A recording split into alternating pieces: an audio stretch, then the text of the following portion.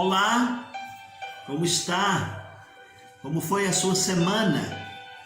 Estamos juntos mais uma vez, vamos estudar a Bíblia, a Palavra de Deus. Antes, porém, nós vamos orar. Feche os seus olhos, vamos orar.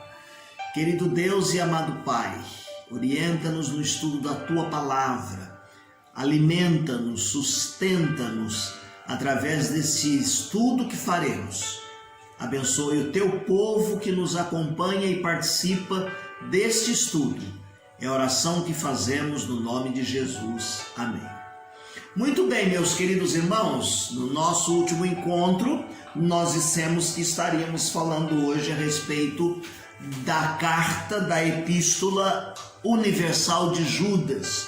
Talvez você esteja se perguntando por que pulou as cartas escritas por João, as 3 cartas. E nós vamos justificar porque nós mencionamos no último estudo que Judas e 2 Pedro têm muito a ver.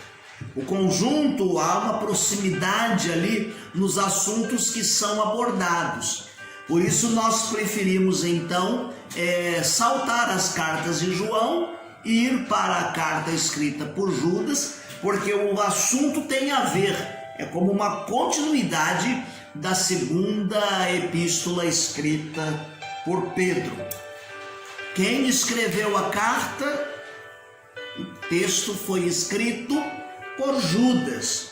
A ideia de Judas aqui, o tema dele é escrever em defesa da fé.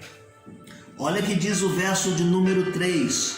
Amados, procurando eu escrever-vos com toda diligência acerca da salvação comum, tive por necessidade escrever-vos e exortai-vos a batalhar pela fé que uma vez foi dada aos santos. Então ele entra aqui com o assunto a defesa da fé. A defesa da fé. Então nós vamos ler alguns textos aqui enquanto estivermos compartilhando o nosso estudo, sabendo que esta carta contém 25 versículos. Algumas pessoas gostam de dizer que tem apenas um capítulo. Para dizer que tem um capítulo é preciso que tenha 1 e 2. Eu prefiro dizer que a carta contém 25 versículos. Então, o autor da carta é Judas e ele se coloca aqui como servo de Jesus Cristo e irmão de Tiago. O Tiago que escreveu a carta que nós já estudamos. Os dois eram irmãos de Jesus, ou poderíamos dizer assim, meio-irmãos de Jesus, porque eles eram filhos de Maria. Então, nós vamos ver aqui que ele não se coloca como irmão de Jesus, ele se coloca como servo de Jesus e irmão de Tiago, que é meio-irmão do Senhor Jesus Cristo. Tá certo? Ele não menciona nenhum parentesco aqui com o Senhor Jesus Cristo na sua carta, mas nós podemos encontrar esse parentesco no Evangelho segundo Mateus 13:55 e em Marcos capítulo 6, o verso de número 3. Então, Judas, irmão de Tiago. Lembrando sempre que não é o Judas os Iscariotes, mas o Judas, o irmão de Jesus, irmão de Tiago. Ele que não reivindica em nenhum momento pertencer ao circo apostólico, tá certo? Mas ele é uma pessoa que teve dificuldades em crer em Jesus. Em crer em Jesus como sendo o vindo de Deus, o Filho de Deus. Nós, como lemos a história dos irmãos de Jesus, nós vemos que a família de Jesus teve muita dificuldade em aceitar aqui o ministério de Jesus Cristo. Bom, nós vamos ver o fortalecimento desta carta quando ela vem como referência pelos pais da igreja, Tertuliano e Orígenes. Eles fazem referência a esta carta e eles colocam em confronto muitas vezes algumas controvérsias de 2 Pedro, mas eles valorizam esta carta.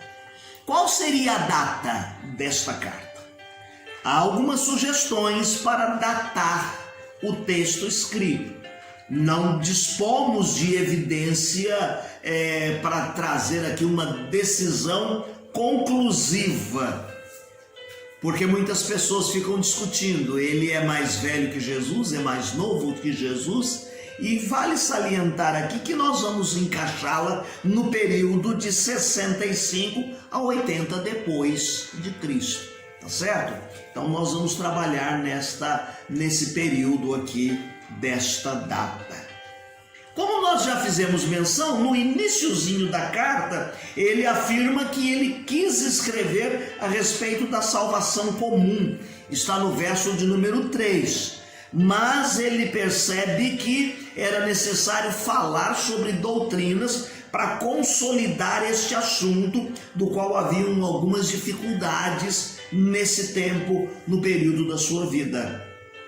Então nós olhamos aqui que algumas crenças infiltradas no seio destas igrejas novas estavam trazendo dificuldades, então era preciso que verdadeiramente a palavra de Deus e os ensinos sagrados fossem defendidos por todos os cristãos.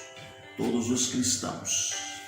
Ele escreveu para um grupo que nós poderíamos dizer assim, ele tinha em mente ao escrever esta carta para os judeus, para os gentios que vivessem em muitas partes ali geograficamente aonde eles estavam existindo.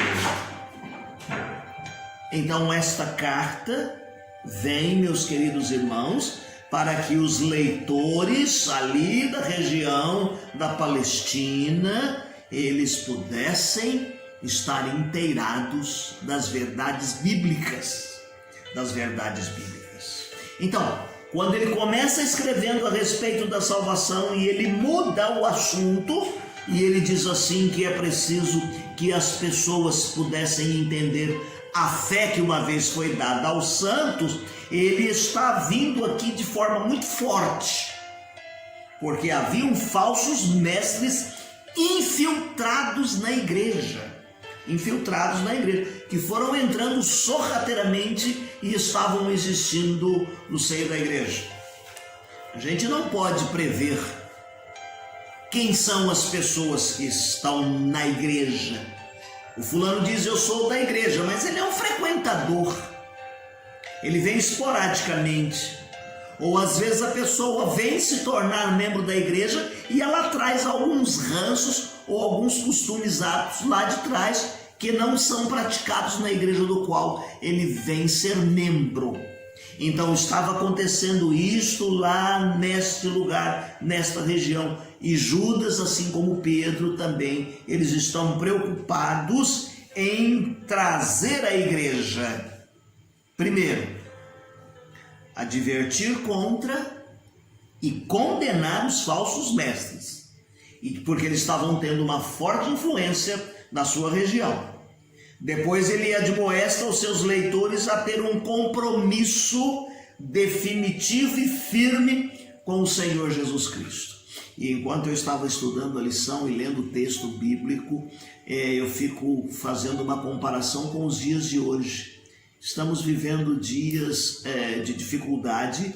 Nós temos esta ferramenta que está nos ajudando a transmitir os ensinos da palavra de Deus, mas que muitos entram por este caminho, todos sendo entendidos da Bíblia, todos dando conselhos, todos pregando uma mensagem que muitas vezes a gente percebe que não tem muito a ver com o conteúdo bíblico. Eu estou citando isso para dizer assim, que estamos vivendo, ao meu ver, a mesma dificuldade daquele tempo. Falsos mestres, falsos ensinos, coisas que desvirtuam do conteúdo da palavra de Deus. Qual seria então a estrutura desta carta de 25 versículos? É composta da saudação, uma ocasião para escrever a carta, a descrição dos falsos mestres, como resistir os falsos mestres e o fechamento, que é a doxologia. Então, o conteúdo desta carta vem com uma saudação, como sempre, uma carta escrita. Hoje a gente escreve e-mails, grava uma mensagem, manda um recado. Naquele tempo era escrito um texto e ele principiava com uma saudação. E nós já falamos a respeito desta saudação, quando ele se coloca aqui como seguidor de Jesus Cristo, irmão de Tiago. Irmão de Tiago. Nesse momento ele vai colocar algumas coisas aqui muito importantes. Ainda que ele não indique designação geográfica, ele faz referência aos seus destinatários como sendo chamados, amados em Deus Pai e guardados em Jesus Cristo. Traga isso para você e para mim agora. Coloque-se aqui nesse lugar e no conteúdo desse texto. Dentro desse texto bíblico, nós somos chamados de amados de Deus Pai. No tempo quando você está vivendo tantos conflitos e dificuldades, parece-me que todo mundo nos abandonou, estamos distantes. Nós somos amados de Deus Pai. O que mais que ele diz assim? Nós somos guardados em Cristo. Somos um tesouro maravilhoso guardado em Jesus Cristo. E nós vamos ver aqui então que nós somos chamados, amados e guardados. Ele diz assim, olha, é preciso que vocês experimentem nesse momento com toda a abundância a misericórdia de Deus, a paz e o amor de Deus em suas vidas. Tá certo? Misericórdia, paz e amor. Cuidado de Deus, a proteção de Deus, uma paz interna dentro dos nossos corações. O mundo pode estar caindo à nossa volta, mas sermos e existirmos pela sustentação do amor de Deus. Quando falamos da ocasião que ele estava escrevendo essa carta, então, e mais uma vez, eu tenho que repetir que o seu tema a princípio era salvação. Ele estava ali para escrever a respeito da salvação, mas aí ele vê que a penetração dos falsos era tão grande que ele muda o foco do seu assunto.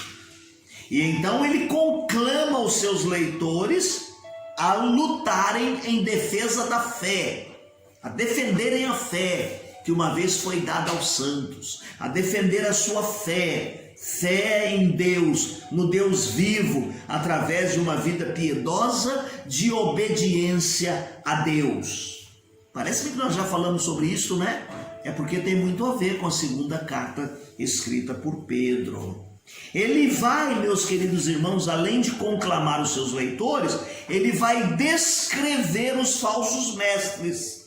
E ele coloca aqui esses falsos mestres como pessoas impiedosas, ímpios, impiedosos. E estas pessoas estavam sendo condenadas diante de Deus. Por quê? Uma das coisas que eles estavam fazendo era negar o senhorio de Jesus Cristo. Negar o senhorio de Jesus Cristo. Jesus Cristo para eles não era Senhor. Veja que quando nós entrarmos na carta ou nas cartas de João, haverá essa ênfase, um momento em que João diz assim: se alguém vem ter com você e nega que Jesus Cristo é o Filho de Deus, não receba e nem o saúde, nem haja uma saudação. Então, esses falsos ensinos vinham com essa negação de que Jesus não era Senhor. Jesus não era Senhor. O que mais? Ele continua descrevendo os falsos mestres. Ele os coloca ali no verso 5 até o 16 como hereges, como merecedores do julgamento de Deus, e da mesma forma como os judeus, não é, descrentes, ele os coloca aqui. Ele os coloca no mesmo nível daqueles anjos que pecaram. Os anjos caídos estão sob a condenação de Deus. Ele coloca esses falsos mestres e os descreve também como os moradores da cidade de Sodoma e Gomorra, verso de número 5 ao verso de número 7. Ele demonstra que esses falsos mestres eram pessoas arrogantes e elas estavam desafiando a Deus através do seu comportamento. Esses homens viviam uma vida moral perversa. Esses homens eram corrompidos, está no verso de número 8. Esses homens desdenhavam das criaturas angelicais. Há uma parte lá em que ele entra num comentário depreciando o arcanjo Miguel. Você já estudou a respeito dos anjos, arcanjos, querubins? Então há uma colocação que ele faz aí a respeito do arcanjo Miguel, que ele entrou numa luta e não repreendeu Satanás por causa do corpo de Moisés. Mas o arcanjo preferiu dizer que Deus deveria tomar as medidas e julgá-los. Do verso 10 ao verso de número 13, ele usa de exemplos históricos do Antigo Testamento para caracterizar esses falsos mestres como pessoas materialistas e imorais. Materialistas e imorais. E ele cita 2 exemplos aqui, também do Velho Testamento. Balaão, que está em Números capítulo 22, de 7 a 11, e ele cita também Coré, que está em Números capítulo 16, o verso de número 1. Em quarto e último lugar, como resistir os falsos mestres? Verso 17 até o 23. Ele lembrou os seus leitores que os apóstolos já haviam alertado a respeito do que viria a acontecer. E ele diz assim que eles deveriam se cuidado com o vazio espiritual dos falsos mestres que virão. Certo? Ele diz aos seus destinatários que como é que eles iriam resistir, fortalecendo-se em oração, obedecendo, verso 20 e 21.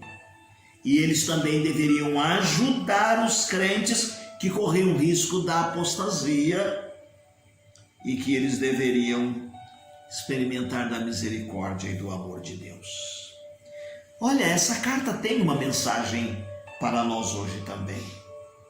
Como crente, nós somos chamados a defender a nossa fé. Nós pertencemos a uma grande estirpe de heróis. Não é porque você não leu o seu nome lá em Hebreus 11, mas muitos heróis da fé estão ali e muitos defendem a fé até hoje. Alguns já perderam até a própria vida, como aparece lá em Hebreus 11. Somos conclamados a defendermos a nossa fé com coerência, uma vida coerente, baseada nos princípios da palavra de Deus. Olha, para hoje, essa mensagem para a igreja de hoje é que nós temos que articularmos a nossa mente, o nosso conhecimento. Quando formos confrontados, por melhor que seja o sistema de pensamento que venha combater a nossa fé, nós precisamos estar conscientes do conteúdo dela. Sabe por que essa carta é boa?